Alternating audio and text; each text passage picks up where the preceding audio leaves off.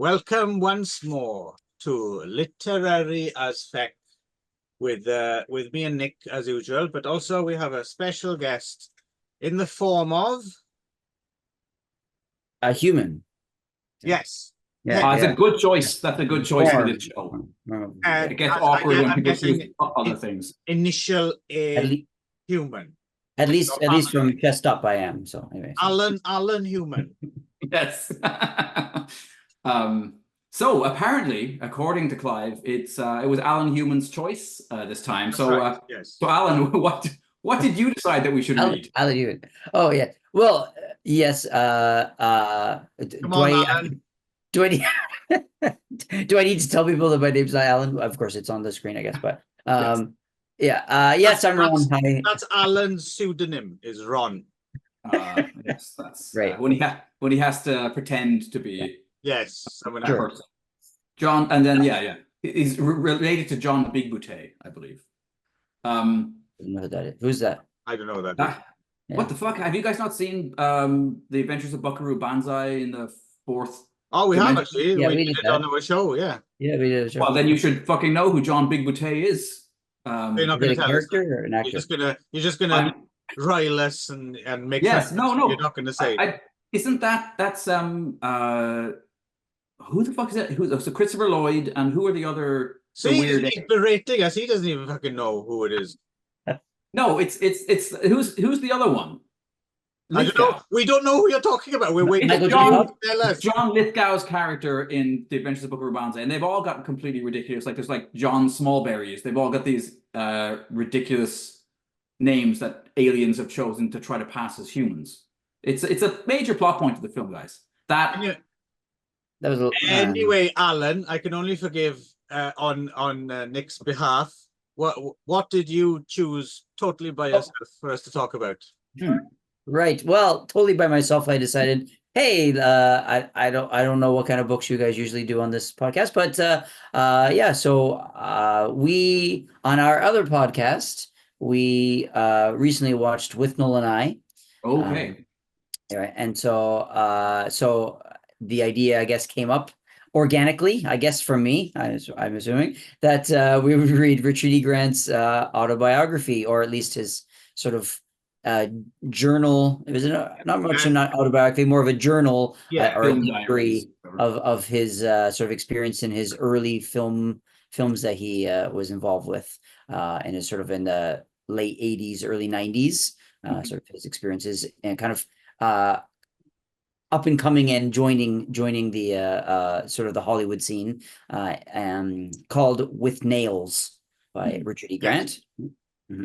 I'm wondering if at all he kept up his diaries, and if we should expect like an updated version of all the other films he might have worked on since, because it ends like mid 90s, right? It's not even mid 90s, 93 again, 94. The last 94, film he mentions, I may have read a different version than you guys did, possibly. By accident, but in any case, the one I read ends with notes on Spice World. You did read a different. Yeah, we didn't get any. And then a brief mention. That was what I was dying to read about. I was like, and ours it ended at Pret-a-Porter, and and I was like, oh damn, I can't believe he didn't include Spice World in this, right? So.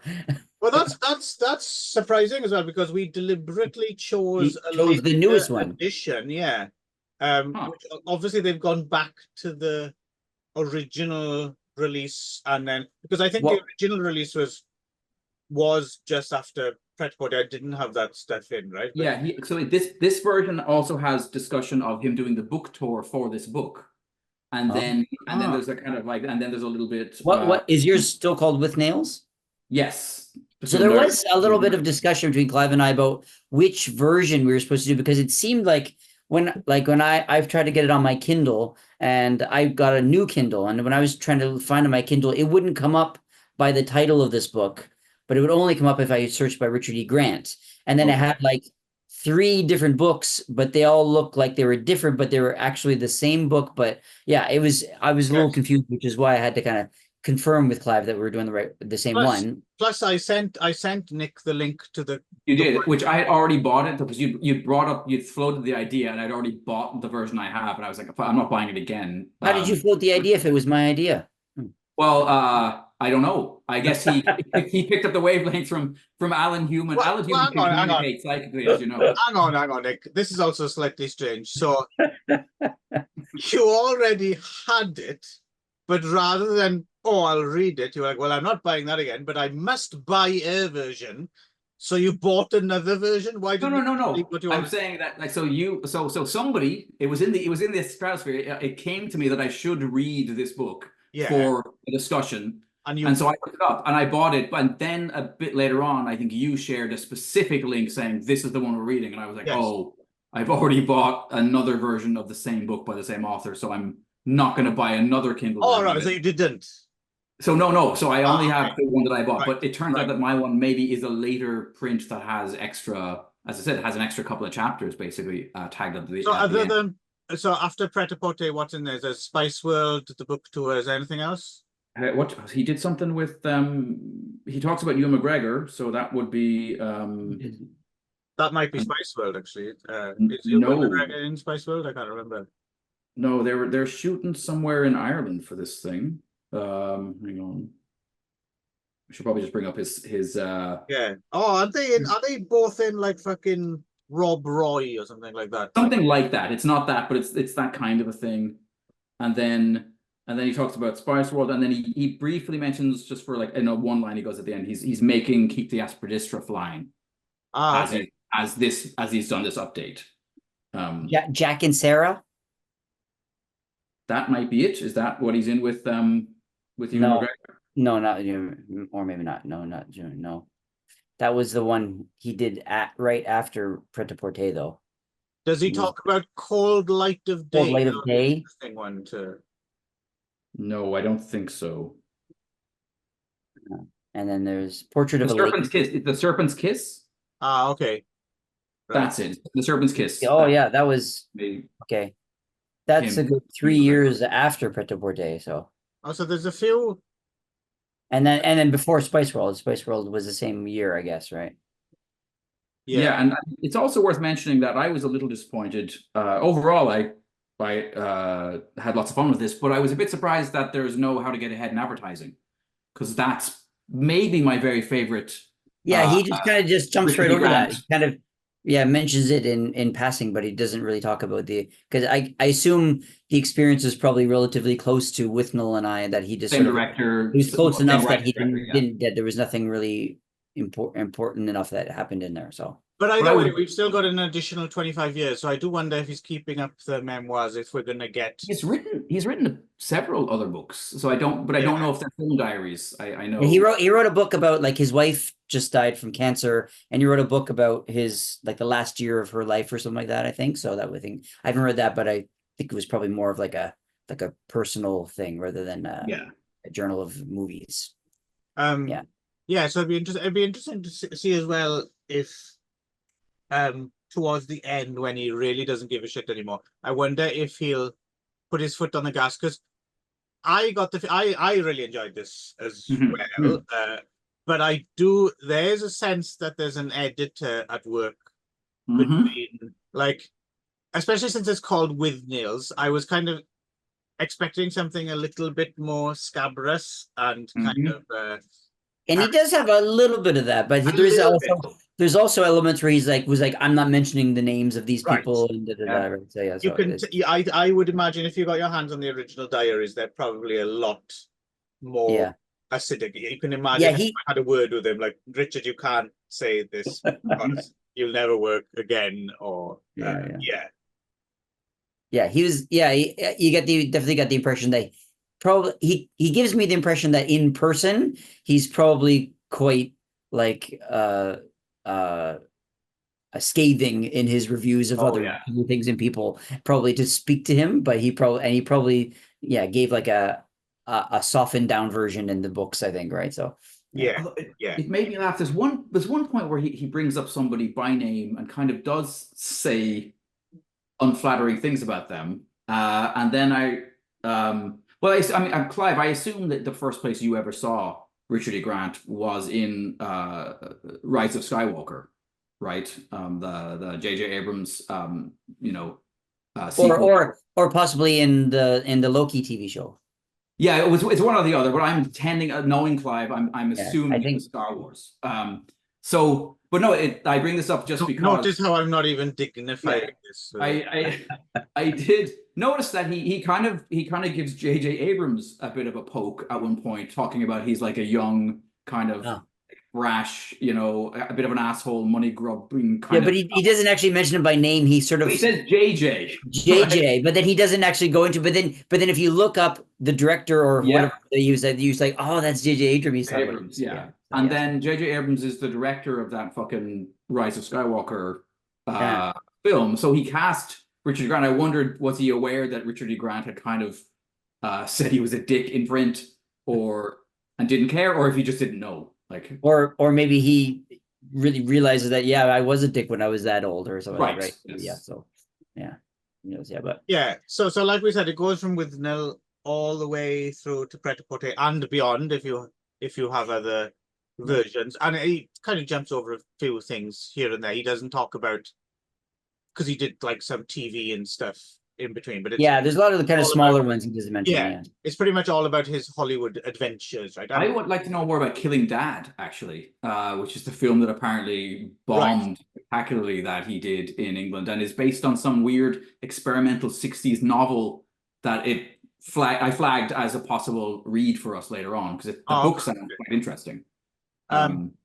yeah, and yeah, so he's clearly, yeah, he does the whole crazy magical mystery to a Hollywood thing, right? Which you'd kind of expect, he's all the kind of decadence and silliness and hurry up and waitness and just general la la landness.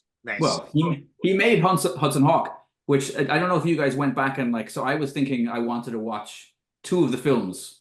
So from the book. I actually went back and watched every movie mentioned. Holy shit! I was at the week off, so I was like, I'm gonna watch all these movies again because That's awesome, Ron. Yeah, because I had, and I was basically I wasn't planning to, but then when I got to the Hudson Hawk chapter, I was like, I gotta rewatch this movie. I was like, it can't be as bad. I don't remember it being as bad as he's saying. I saw it in the cinema. Yeah, I remember seeing it when it came out, but I just think I never saw it again. I saw it the once in the cinema, but I do remember friends of mine at university standing up for it and being like, I remember liking Hudson Hawk. That's much better than its reputation. First time I saw Hudson Hawk, I thought they're wrong about this. This is kind of fun.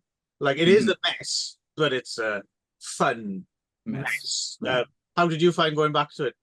I remember thinking that when I first saw it, that it was kind of like a fun, okay movie. Going back, I'm happy to report that it is just a mess. It's fucking it is as bad as he thinks it is. Yeah, so it is.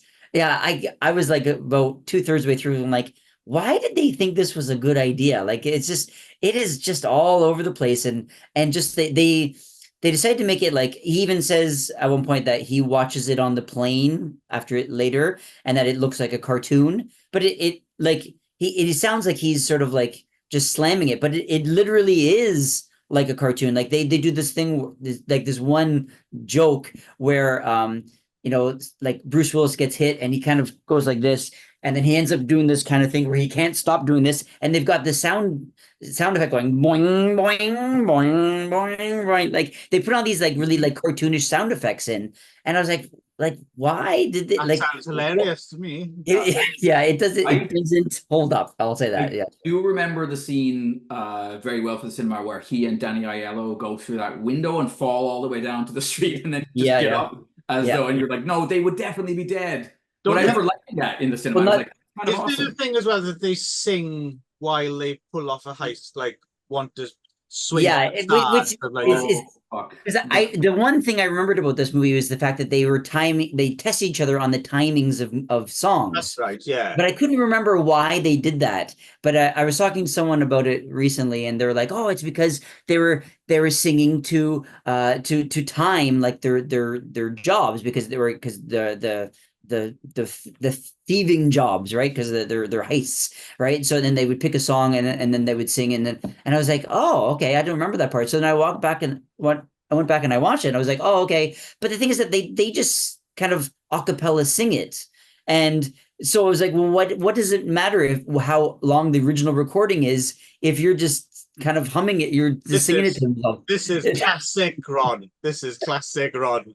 but also like there's supposed Tell to be me why. I want to know exactly what's there's supposed to be cat burglars and they're just like full on Broadway singing. Like I was like I don't understand. Like, but we know the reason why. The reason is that Bruce Willis had that fucking album out, like whatever it was, like Singing with Bruno or whatever it was called, right? Okay. And that he was much like Hasselhoff, very much had the idea that he was going to have this dual track. He was going to be a big singer as well as a movie actor, and this was his way to showcase. Because this is, I mean, Richard E. Grant makes it very clear this is his baby. You know, like he shepherded this thing into it. It's kind of his battlefield Earth, or one of those.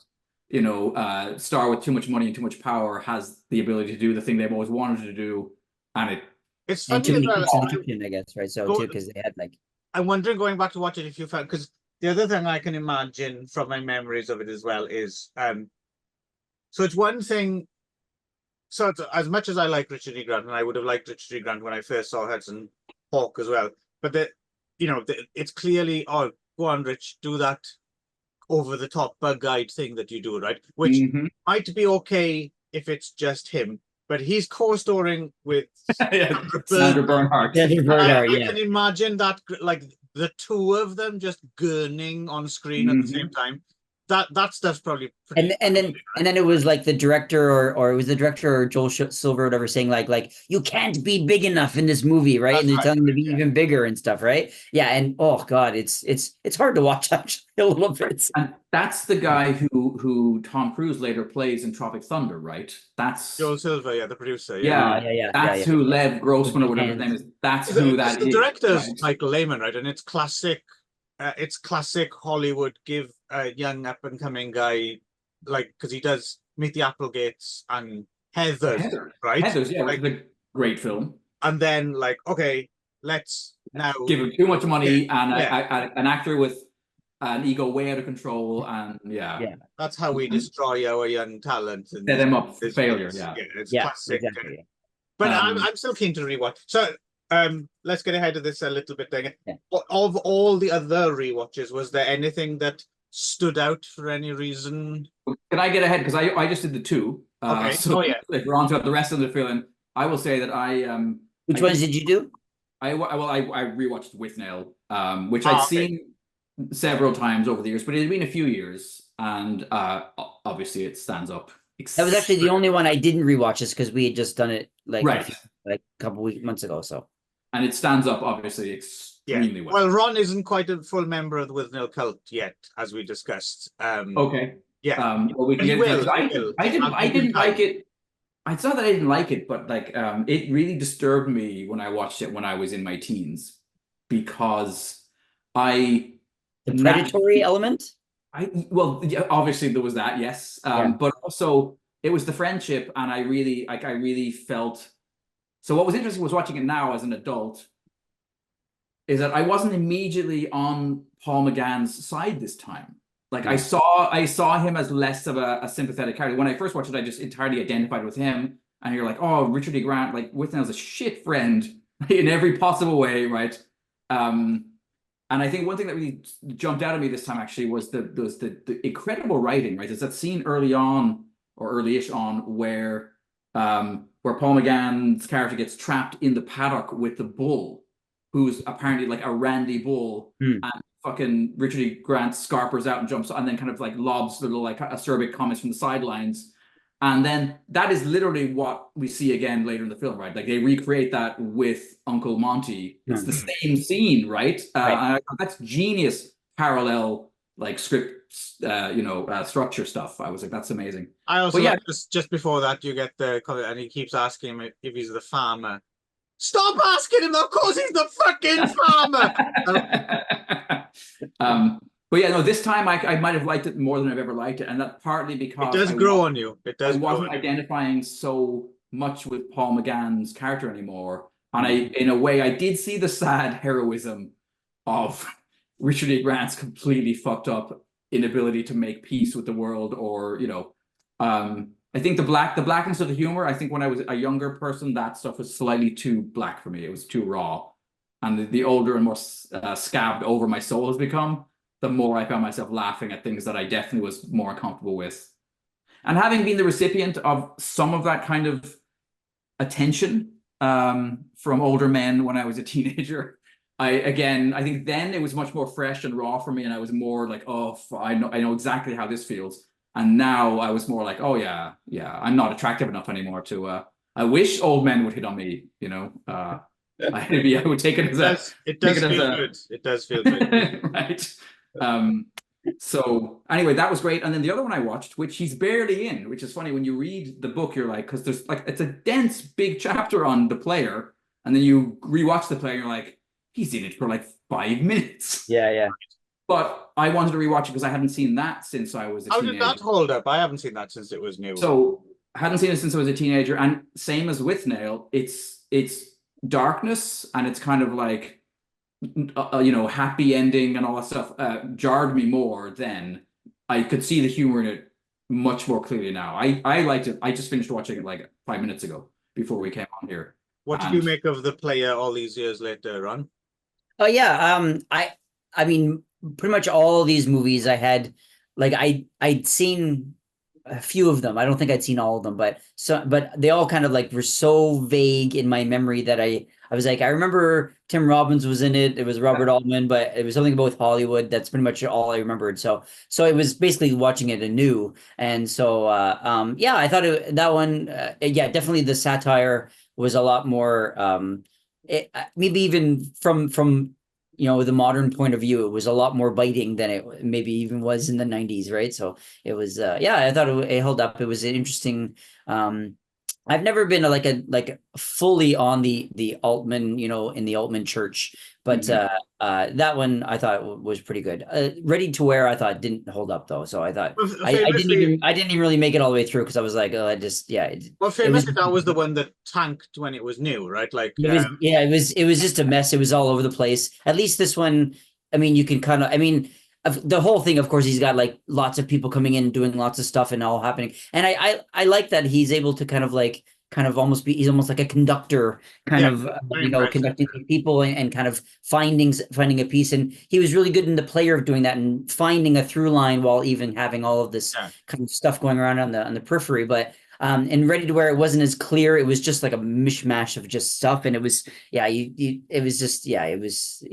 couldn't figure out where it was going. But the player I thought quite what did. I remember when Predator came out. Actually, that was when I first became aware of the Altman rule, right? Which is, I think, is it like he makes 2 good films and then a dud, and then 2 good films and then a dud. Which I seem to remember looking it up once, and that kind of tracks for more. Although some of his films, like quite recently, I actually rewatched O.C. and Stiggs, which is a very weird movie, which I remember just being awful. But I still thought it was rubbish. But there's something there I can almost imagine, like someone flipping a switch, and I suddenly get it.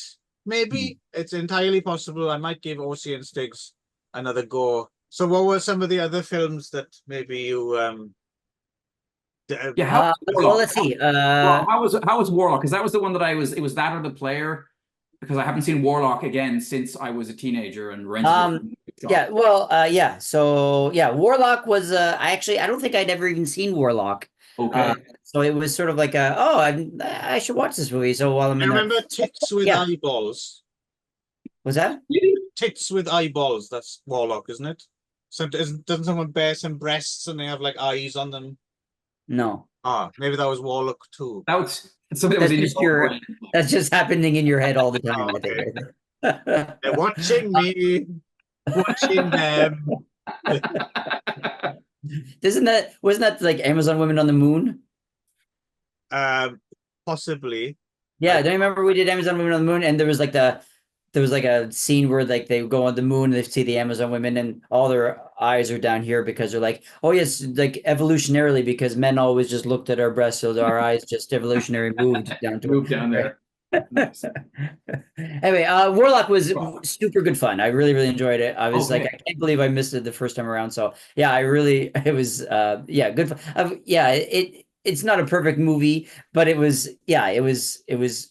Well, it's weird. Starring Julian Sands as well, Because right? that's what's strange. To me, it's Yeah. like they really went out of their way to not do the obvious with the casting. Like you Yeah. would assume that Richard E. Grant would be your Warlock and that Julian Sands would Well, be yeah, it's interesting because hero. it's coming right off of him doing Withnell and Yeah. advertising, right? And it's just not the same kind of character. It is sort of like, it seems like a real, I mean, kudos to Steve Miner, the director, or whoever the casting person was, for thinking of him for that, because it's just you wouldn't have made that connection, right? So ordinarily, but I think that really helped Richard E. Grant out a lot, which is that he was able to show he had, I sort of some range, I guess, starting off, right? So It's funny, it's a classic example of Julian Sands, one of those people who you're no longer allowed to make fun of for being rubbish because he went and died in the wilderness. Right? Yeah. Yes. because he what? Because he went and died in the wilderness, didn't he? Like Yeah. or something. Which doesn't Found him in the make desert his somewhere. acting any better, but you're not allowed to mention that anymore. It's like that Fast and the Furious guy who died, right? Apparently now he's fucking He's Robert God. De Niro because he died, right? And yeah. Anyway, yeah, but yeah, I had fun with that. It was also not like, usually you would think like he puts like a curse on the main girl, right? And you'd think, some lots of different things they could have done with that, but it's, for some reason, the curse is to make her get older, if you remember this. And so they got this kind of like not so good makeup just to make her get older, and she's this real kind of like ditzy kind of 80s chick who with bad haircut, but she's like, that's supposed to be the cute thing, and then she actually gets better looking because she looked terrible, right? And yeah, but anyway, it was, and then so that the whole motivation is just, I don't want to be old, right? So which I thought was kind of fun. But anyway, it was an interesting take on it. I haven't seen any of the other Warlocks, but maybe I can revisit those at some point. Might have seen Warlock 2, I think. I think I saw all three back in the day. I don't think they get better. Let's put it that way. No, I don't think so, but yeah. But that was fun. And then Henry and June was just really, really boring. I've never seen Henry and June. Yeah, I didn't even. I think I too have never seen. Yeah, I had never seen it, and I technically still haven't really seen it, because I watched about 30 minutes of it. I was like, this is just too dull. Just had I had no patience for it. It was really, really, really boring. But what's her face from Pulp Fiction is in it, right? Maria de Medeiros. Yeah. Yes, I always liked her. Richard E. Grant really paints Fred Ward as quite a stoic leather face. Who occasionally mentions like, yeah, I used to work on oil rigs or something. I used to strangle rattlesnakes with my bare hands. Which kind of makes sense, because I think when it was new, and to this day, really, people were always wondering, why the fuck is Fred Ward in Remo Unarmed and Dangerous, right? But I suppose if you think of him in that light, maybe it kind of makes sense that he was cast in that film, although I don't think it makes the film any better, right? But in which film? Remo. The Adventure Continues, or whatever the hell the. Well, yeah, I think in the UK it was Unarmed and Dangerous, right? I think he was. I think in America it's Remo, The Adventure Continues, or something like that. Yeah. But then he's also in the giant sandworm movie that isn't. Tremors. Tremors. That's what I know Fred Ward from, is from Tremors. So, but he's good in that. He was really miscast in Henry and June, though, because in Henry and June he's supposed to be this real kind of like handsome, kind of like almost a ladies' man kind of thing, and he's Fred Ward, right? So he's just sort of like, it just felt really. Yeah. I tell you who I think the modern Fred Ward is. I see a lot of Fred Ward in him. I always forget his name. The guy who plays the Punisher on TV, who was in The Walking Dead. Oh yes. Oh yeah. Exactly what you're talking about. Yeah, he's got a good flat, like smash nose. He's a real. I bet he's a Fred Ward fan. Huh. In the same way as I would guess, what's his name? John Bernthal, you're talking about. Yes. Yes. Very No, so Fred now here's the question though: who was supposed to be? Because this is one of the movies where, because getting into the making of it, it's not supposed to have been. Fred Ward was very much a last minute. Oh shit, we're 2 weeks from. He mentions in the book. I can't remember off the top of my head who it was, but it did mention someone else was cast and then they dropped out, and then Fred Ward was the last minute replacement. But Yeah, it's escaping my memory who it was though. And that was also, for me, fascinating reading the book, when every now and again he'd be like, oh yeah, I went up for this role. And you're like, you think about it. Oh shit, he must have gone up for Alan Rickman's role in like Prince of Thieves and things like that. There's at least, 2 or 3 times I clocked where he said he went out for a role and then he didn't get it. And then I would look it up and Alan Rickman got it. So he really, he and Alan Rickman were like in contention a lot. I can imagine that. So maybe he had been up for Voldemort too. Who knows? Snape, I believe. Or Snape, sorry. But I was thinking about that. I was thinking, how was he not in that? Because literally every other British thespian of any... Yeah, that's true. Yeah. 7 or 8 freaking movies, right? How is he not in there? Well, I think if you put him in it as well, I think it might be a bit of over-egging the pudding, right? Because Richard E. Grant automatically adds a little bit extra weight to it. Because I've seen him under play. He can do that, but it's not really the reason you hire Richard E. Grant, right? You hire him to be Richard E. Grant and do what he does best, right?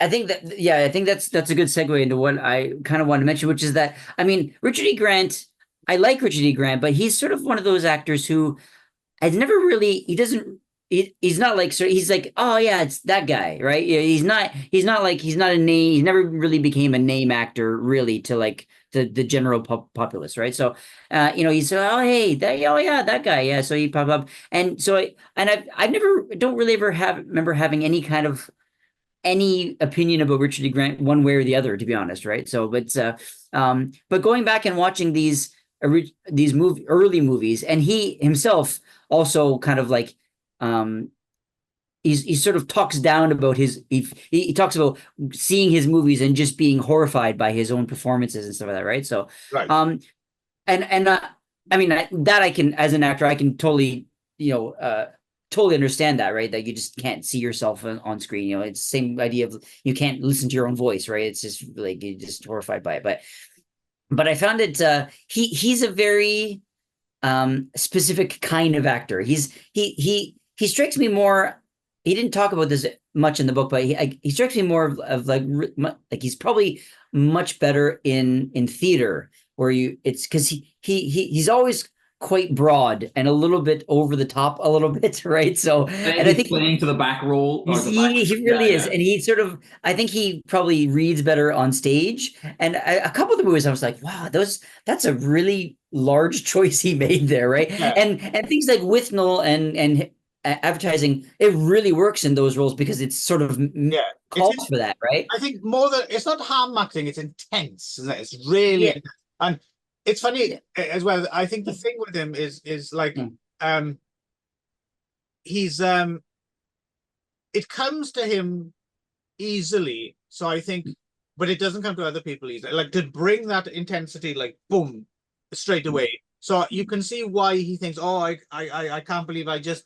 For him, it's like, oh, I took the easy route to do that. Like I didn't give a measured performance or whatever. But for everyone else, you just think, holy shit, but because it comes so easily to him, you can see how for him, it's like, oh, I did that thing, which is really easy for me. And it's more, I want to give a more nuanced performance and stuff like that.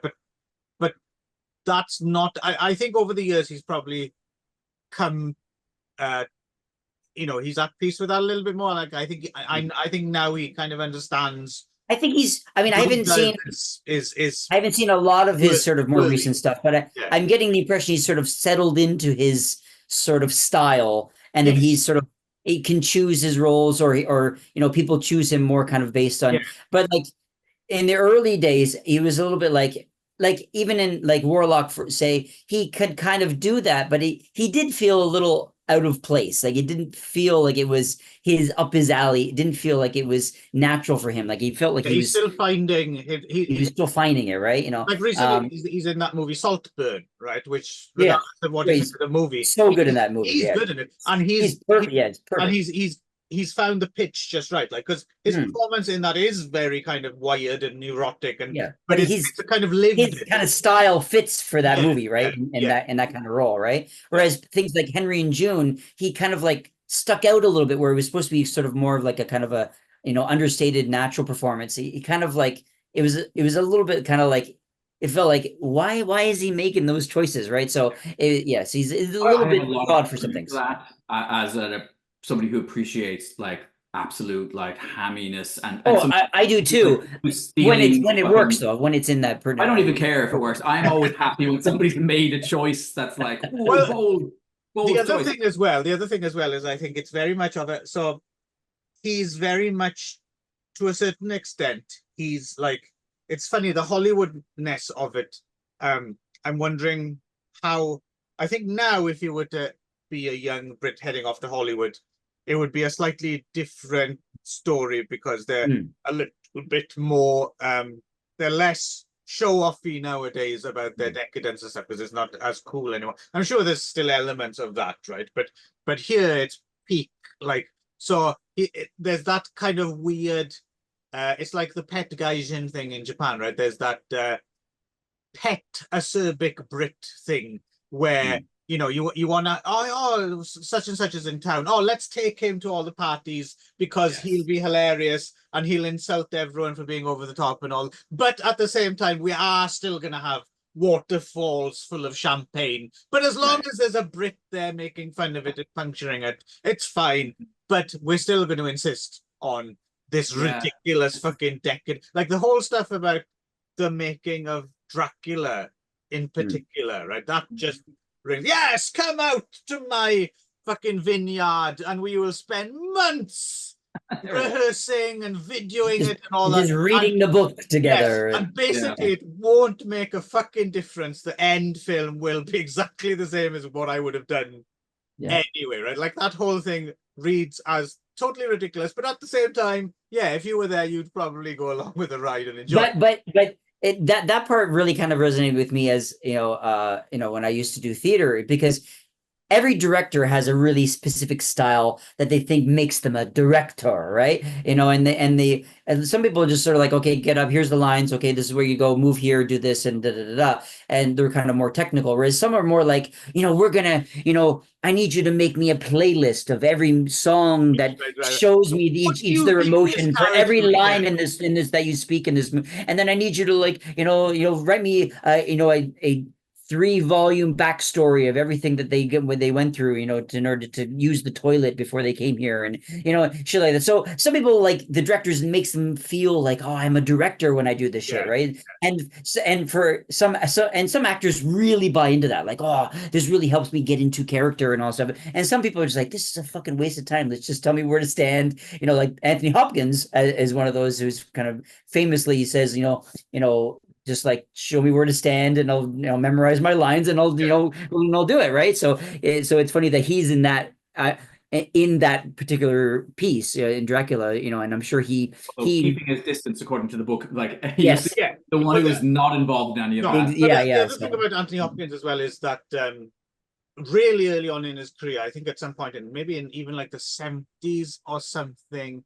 he'd come to terms with, I'm a fucking alcoholic, and quit, like totally quit, and he hasn't drunk since. So I would imagine there's that element as well of he's always the designated driver at these things, right? So there's a slight distance where he can just watch other people go. I also think so that he must have talked. So he must have talked to Olivier and Michael Caine, right? I think he comes from that thing of like, a job is a job is a job. Like, when Michael Caine was asked about Jaws 4, right? And like, and asked like, have you seen the film? And his answer, like famously, like, no, but I've seen the house it bought me. Yes, exactly. And and so like, this is a job. Yeah. And that's why Anthony Hopkins has done some real shit, including possibly Dracula. I mean, that's a film where I went through this. I was like, I don't think I can rewatch Oh, Dracula. did you rewatch Dracula, Ron? I did rewatch it, and to be honest, I was surprised how well it held up. Actually, I was Costume- I remember the I don't costumes being remember amazing. having a particularly favorable opinion of it when the first time around, but I actually quite enjoyed it this time. I thought it was I like what they did with it. So it was, I mean, it's hard to kind of make that a fresh story, you know, and or to do anything original with it. But I thought they did some pretty interesting stuff with it, and it was fun, right? I remember it was fun, and it was exactly what it needed to be in Yeah. order to kind of make it kind of refresher. And you've I got just Gary remember Oldman going totally over the fucking top. Yeah, and it's so it's so kind of iconic, the imagery now with like the hair thing and stuff, right? That, you know, they make fun of it in so many, like even like the Simpsons made fun of it and shit like that, right? You know, so they make fun of it all over. So it's sort of like it's hard to take it out of that context now of being sort of, Even but it I was remember- actually quite well done. I thought it was, yeah. So Even I remember some people at the time like defending the casting of Keanu Reeves as well, right? Because they're like, he's such a kind of pathetic, wet kind of Jonathan Harker. But some people were saying, well, Jonathan Harker should be like that. That's true. Maybe he shouldn't quite have that accent, but I think the wandering accents. And the mood hair. The mood hair was very strange. Like it's like every other scene. Oh, it's more white now. It's less white now. Like keep track. He's very like, he's still kind of like riding the Bill and Ted coattails, and so he's really like, hey, dude, where's my puppet? Like he's still kind of got that kind of thing to it. And Keanu Reeves, is kind of famously not a very good actor, but he now chooses exactly the right roles that he needs to do, right? And so now he sort of does his thing, and Keanu Reeves does it exactly well, what he's supposed to do. But when you put him in kind of like a real dramatic kind of part, it doesn't hold up. All right, in My Own Private Idaho. You know, I think there's some early Keanu stuff, and River's Edge. There's some early stuff that utilized that Keanu quite well. Yes, yeah. So I think, but he has to have that kind of a good part, you know. So I think wasn't he in like Much Ado About Nothing or something? It was like, it was just like, it's just a disaster. But yeah, so Keanu Reeves stuck out a little bit in that movie, but I thought overall it was still. But did you notice that Richard E. Grant says nothing negative about Keanu at all? Which very I think is few people do. I know. Keanu Reeves is famously like the one nice as everyone says he is. I think Keanu might actually be some kind of living saint Buddha figure, because I've never read anyone say anything other than, and he didn't bring this up, but famously just a few years ago, Winona Ryder talked about how she was kind of verbally abused quite a lot on that set, right? And that like Coppola made the other actors kind of scream at her and call her stupid and a bitch and stuff to try to get more emotion, I guess. You know, she was having trouble getting there with crying and stuff, and that basically Keanu Reeves stepped in and shut the scene down and was like, dude, it's not cool, dude, man. Right.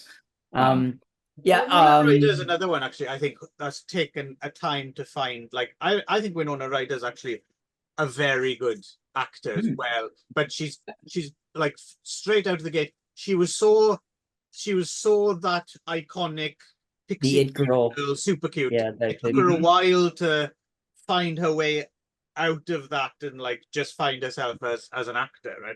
But she's very good nowadays. Whenever you see her and stuff now, she's like, oh fuck, Winona Ryder, oh yeah, she's really good. Like I've forgotten like how good, just a good actor she is, right? Yeah, and speaking of her, I also watched Age of Innocence. I've never seen that. I've never seen it. Which was surprisingly good. I really thought I was gonna like just have no patience. I was like, I don't need to watch this episode. And he himself is only in, as he says, he only has like 18 lines in the whole. How was the look? Because he talks about it quite a bit. Scorsese coming in and be like, oh, the look was perfect. Like, did you pay attention? Like, for the I remember that, but I didn't even clock the look, to be honest. Okay. It was so like nothing. But I get the impression that was sort of Scorsese's way of sort of making someone with a very small part feel good about it. And he sort of just picked one thing. Oh, the look, I know exactly what he's talking about, but that's the reason I always tell Nick how pretty his penis is. Right. So I don't even know how to respond. But it's way to derail things. It is a beautiful manhood. Age of Innocence is one of those films I've never kind of managed to muster. Yeah, I had to really like, okay, I think it was like the last one I watched because I was like, I really had to like kind of, this is really not my kind of movie. I have to kind of like prepare myself for this kind of stuff. Yeah. But and I was intending on just watching probably like 30 or 40 minutes and then just kind of not finish it. But it was okay. It held up. It's still a lot of this sort of like, oh, he's, got to, he's missing a button and like this kind of like, like, how gauche of him to be, 3 buttons down or something, right? I don't know. It was a lot. Bridgerton slash Downton Abbey. Downton Downton Abbey kind of stuff. Yeah, that is still a lot of like, like that kind of like, the is it Victorian or Elizabethan? I don't know which one it is, but Victorian, I guess. Victorian, right? or whatever's between. Yeah.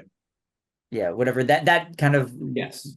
Yeah, I find that stuff. I know that's catnip to some people, but I find that stuff really difficult to. Yeah, I usually do too. I was like, okay, I don't need this. But the story itself was okay. It actually held my attention and what got me through. So I actually got through all 2.5 hours of it. So yeah, but it was okay. Of course, Richard E. Grant is barely in it, so it wasn't really for him. So, but so yeah, really nothing. But yeah, and then the other, I guess the other one that didn't mention was LA Story, which was LA Story. Again, the film I've not seen since it was. Yeah, so we should mention as well that he has a huge friendship with Steve Martin, who then wrote the forward for the. Did he write the forward in your copy, Nick? No, I don't think so. So okay, yeah. I mean, he's not missing much, really. I mean, it's it's. But, yeah, it was just okay. Yeah, but that's kind of interesting. I mean, Steve Martin comes across quite. Like, I can see why Steve Martin appreciates Richard E. Grant, because one of those, like, Richard E. Grant's portrayal of Steve Martin struck me as probably spot on. Quite accurate, yeah, I think so, yeah. And from from the reports of Steve Martin in Hollywood, it sounds like he's really is exactly that kind of person, right? So yeah, but and Richard E. Grant, good for him for being able to kind of get through it, right? So it seems like he's quite of a standoffish guy. But yeah, the LA Story was interesting. It wasn't what I remembered or expected, and it was okay. But it was also interesting that in the book he kind of says like, sorry, Steve, but you and your real life wife have no chemistry, right? And then of course they end up getting divorced soon after this, right? Relatively soon. So I don't know if he was sort of predicting the future or whatever, seeing what was but yeah, the movie was interesting. It was definitely not perfect. But that LA Story was kind of the one where I started to notice his kind of very specific style of acting kind of standing out a little bit, because it sort of reads a little bit as inauthentic compared to the other ones. So, but yeah, I don't know. It was interesting to watch, but I'd recommend a watch anyway. For some reason, I always get LA Story mixed up with Grand Canyon, because they're both they both have Steve Martin in, and they're both kind of like they have those intertwining story kind of thing, multi characters. And the other thing I was wondering about LA Story, without having gone back to see it at all, does it have a little bit of Curb Your Enthusiasm about it? Yeah, a little bit. Yeah, I can see that. A little bit of Curb Your Enthusiasm. And also, it was interesting that it was like just before The Player, because it also has like a lot of that kind of like trying to do what The Player did to Hollywood about LA in general. But it just Player did it a little bit better, I think, right? So, but it definitely was trying to kind of like send up the whole LA culture and the Hollywood culture or whatever, which I think doesn't translate as well for people who haven't been to LA, right? So I think it was kind of more of like a very specific kind of comedy for a very specific niche audience, so which I think why it didn't kind of maybe play as well. It's called LA Story for a reason, right? For a reason, yeah. So, yeah, right. So, but the other thing as well, I get the feeling that Steve Martin, again, going by, you go into his house and there's all this fucking marble and paintings on the wall and Beethoven being piped in or whatever. I get the feeling that he sees himself as slightly distanced from the other people in Hollywood, like his version of it. Oh yeah, this is legit because I'm really into this stuff and I'm not, but it's not actually that different from all the other people in LA who have houses filled with art. Castles. Mhm. Yeah. Yeah. I get Yeah, that. it was a little bit of looking down his nose at those types of people, a little Yes. bit. Which is a long So- way if it's Roxanne, right? Right, sure, exactly. Zing. Nice thing, nice. Yeah. well done. It's funny, there's quite an affecting and powerful and sad moment early in the book, right, where he's making Withnail and his wife has the miscarriage. Yeah. It's Mhm. really raw. Yeah. It's very well written, and it's very, it's real. And then it's funny when watching the movie. Not funny actually. But there's a scene in the movie where they nearly get in the fight with the big Irish fella in the pub at the beginning of Withnail, and I'm he's standing- calling you a ponce. That's the one, yeah. He gets up and Richard Grant's like really manic, and he basically says like, "My wife is having a baby," and I was like, Jesus, like when was that filmed? Was that filmed before or after? Because there's something about the desperation in that line, and it really knowing what was going on in his personal life. It made me wonder. Yeah, it was really interesting. Although I'm not sure if I misunderstood or not, but it sounded like they had a real interaction with someone at a real bar like that, and then that was actually put into the movie because of it. Yeah, it's entirely possible. Yeah, I thought that's what it said, but I couldn't tell if I was misunderstanding. If I It's saw Paul highly- McGann in a pub, I would assume he was a ponce. Highly probable. Highly autobiographical. I don't think there's hardly anything in it that didn't. Well, famously, obviously, it's famously Franco Zeffirelli, right? Who is Uncle Monty? Yeah. Is when he was on the set. What I can't remember what the film. Romeo and Juliet. Oh, it was Romeo and Juliet. Yeah. Yes. Okay. And apparently he So Uncle Monty's based on Zeffirelli. Yes. Oh yeah. Oh, I didn't know that. Okay. Yeah. Bruce. We did mention that when we talked with Neil and I. I can't remember. Yeah.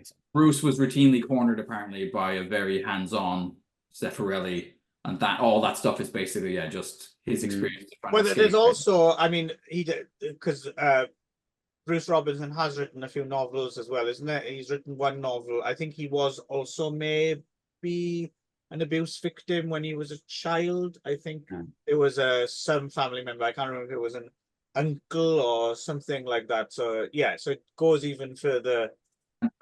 Paul McGann is brilliant actually in playing that tense kind of like. Well, what's brilliant about Paul McGann in Withnail is I can imagine how difficult is in a way he's like Richard E. Grant gets all the funny lines, right? Either him or Danny the dealer get all the quotable Who was lines. in Wayne World too, right? Yeah, playing this playing character. Yeah. Which is completely fucking weird. Yeah. So for Paul McGann to just stay on point and have to play the serious character and not get all the fun lines, that's tricky. That's like, but you have to have someone doing it, otherwise there's no The point movie's to the just wisdom. manic. It doesn't work. Yeah. I mean, but you don't get to be Uncle Monty, you don't get to be Danny, you don't get, because they have all the great. Yeah. I used to weep at butcher shops. As a youth, I used to weep in butcher's shops. Yes. Come, boys. The sky is falling. The night is falling and the sky is beginning to bruise. Just brilliant stuff. So Badly will always be remembered not for that, but for fucking Uncle Dursley. For the rest of life, in the Harry Potter films. Harry Potter, yeah. But I was interested. So, Clive, you and I watched a while ago. We watched a version of The Monk starring Paul McGann. Yes, he does mention basically going off to Spain and playing a monk. Yeah. Yeah, and then in this book it comes up where he meets him because Paul McGann's head's completely shaved and he's just made this low budget film. And there's this kind of moment of awkwardness where Paul McGann's career is not on the skids, but it's definitely not blossoming the way that Richard E. Grant's is. And then even stranger for me is the scenes where he meets the other Grant, Hugh, and Hugh's kind of needling why the fuck are you so successful and my career is kind of stalling and I'm appearing in these shit, made in Europe movies with and then you're like, this is obviously just before Hugh Grant's star ascends to a point where it completely overshadows. Well, the other McGann, Richard E. The other McGann Grant thing as well, I think that's going to come up pretty soon. Of course, Paul McGann did play Doctor Who. Yes. Once, and is Richard E. Grant on track? Yes, he is also now Doctor Who. Yeah, so he appeared in something like as a like a special, but now he's I think it's like the most recent thing he's done, like at the top, where he was in he came back for one episode. Yes, I as don't the know if Doctor that's with a the previous Doctor. foreshadowing that he's gonna do Doctor Who or not, or So Richard E. Grant, I mean, I would know this. I know, Richard E. Grant has played the Doctor twice before. He played the Doctor in the Red Nose comedy special. okay, yeah. Curse of I seem to Fatal Death, remember that. Yeah, where he regenerates from Rowan Atkinson's version of the Doctor, and then they go through Joanna Lumley. No, yeah. Anyway, there's a bunch of different actors. And then he came back. So in the period of time between when they shut it all down and when McGann did the TV movie in the States, right, and that kind of failed, and Canada, I think, yeah. the BBC made a like for the internet, like audio drama, slightly animated thing called The Curse of Shackle or some shit like that. And Richard E. Grant played a version Right. of the Doctor who would have come after McGann. Right. And then they rebooted it and brought in Chris Eccleston, but then he was brought in to play the villain in a few seasons back. He played the Great Intelligence. Yeah. Well, this is the thing, right? On the one hand, I think, Richard E. Grant as Doctor Who, great casting. However, would it be even better casting to have him as the Master? Yeah, I think he would both be good, right? It's quite difficult to choose Richard E. Grant either as the Doctor or the Master. Yes. Or some kind of weird thing where he gets to play both. That would be Right. Yeah, which is plausible with Doctor Who. Yeah, I mean, just like we've been talking about the movies a lot and stuff like that, his kind of career, but like rather than the actual book, which is what we're supposed to be, I guess, talking about.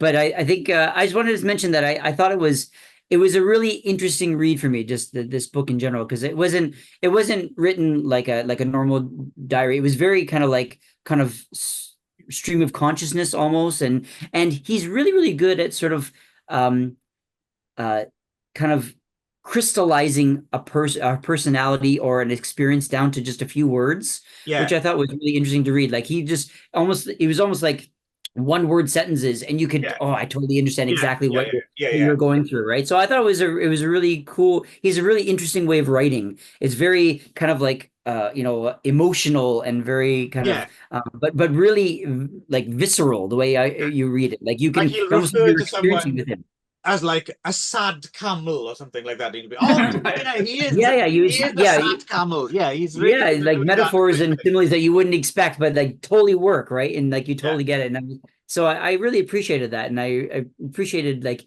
how like it was very like sensory to read this book, despite the fact that he doesn't really talk about that kind of stuff, right? He's got that Celine touch, the necks being like kettles filled with strawberry jam, and that yes. I did appreciate the oh shit, lost my train of thought. It may come back.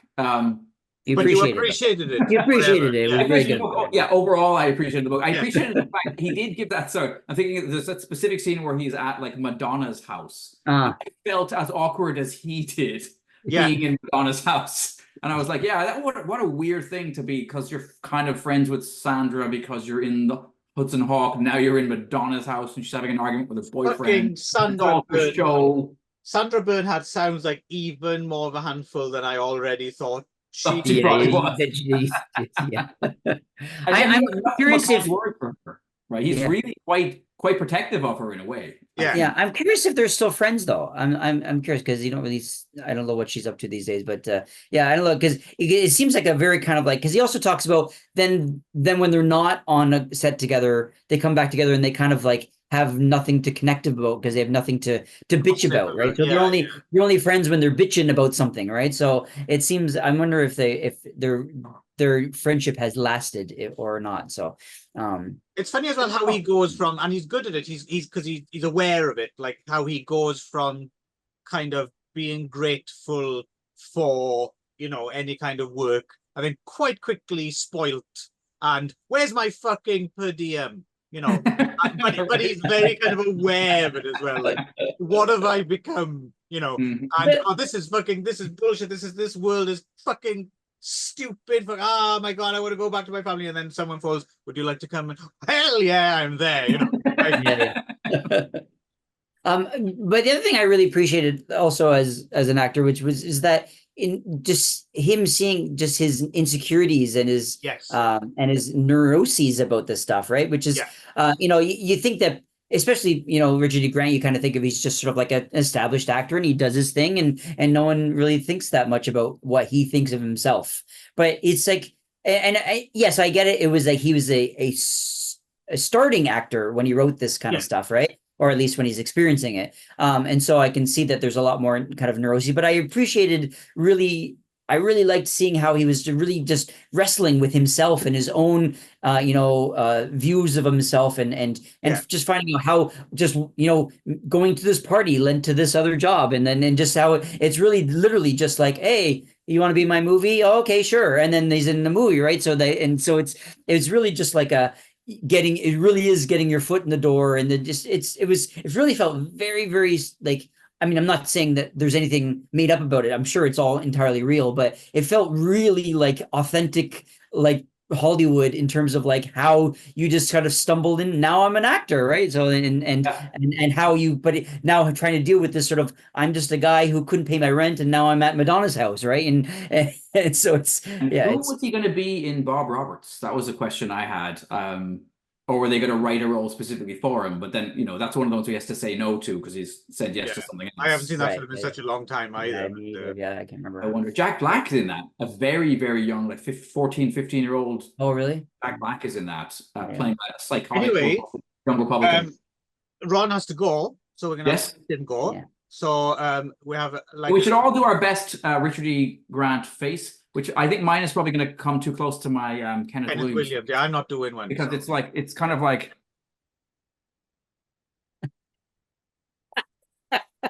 That's pretty good. Kind of like that. That's. I'm sticking to my Bill Bailey face. All right, you do that. All right, thanks, Ron, for choosing this book. Yes, yes, sure. It was good fun. I enjoyed it. It was a good read. I would never have read this ordinarily, so I'm glad you chose it. Yeah. So I'm glad that I chose it. Yeah. You're welcome back anytime, Ron. Always. Always. There's always a place for you here at our table. All right. Thanks, guys.